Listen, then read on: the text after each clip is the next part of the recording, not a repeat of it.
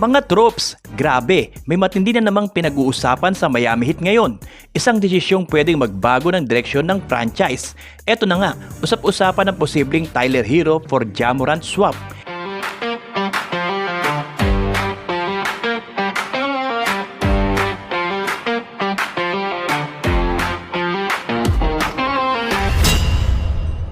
Pitong taon na mga troops, 7 taon ng Tyler Hero sa Miami Heat.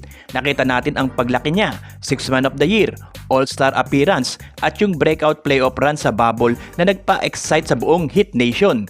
Pero habang tumatagal, paulit-ulit din ang problema. Injuries, depensa, at yung tanong kung talagang swak ba siya sa sistema ng Miami Heat. Ngayong season, mas lumilinaw na parang hindi na gumagana ang timpla.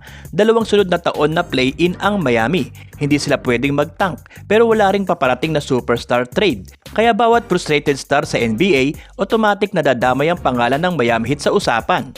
At ngayon, isang pangalan ang lumalabas, Ja Morant. Pareho silang nangangailangan ng fresh start. Si Hero mukhang hindi na naging susi sa tagumpay ng Heat. Hindi nag-work ang Hero at Bam Adebayo combo. Hindi rin nag-click sa ibang lineup. Sa 7 taon, wala talagang naging breakthrough. Si Ja Morant naman, ibang kwento. Dinala niya ang Memphis Grizzlies sa top seed sa West, napatunayan ang sarili sa playoffs at kaya niyang mag-perform may kasama man o wala. Oo, may issues sa availability.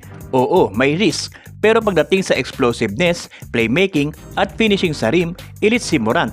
Isipin nyo to mga tropes, Morant sa Miami, kasama sina Bam Adebayo at Kel Erwer. Isang guard na kayang magdala ng bola, mag-create ng offense at umatake sa loob habang bumubukas ang opensa. Ang tanong, kaya ba siyang ayusin ng Heat culture? Risto para sa Miami. Baka hindi na bumalik sa dating anyo si Morant. Pero kung bumalik siya sa All-NBA level sa dating 25 points at 8 assists na player, malaki ang babaguhin nun. Financially, pasok din. Si Morant ay may 2 taon sa kontrata. Hero ay papasok na sa huling taon.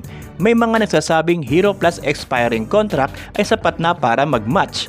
Ngayon mga tropes, ito ang malaking tanong. Kung kayo ang Miami Heat, itutuloy nyo ba ang ganitong klaseng pagbabago para lang subukang bumalik sa contender status o masyado bang delikado ang sugal? Yun muna mga tropes ang kwento natin ngayon.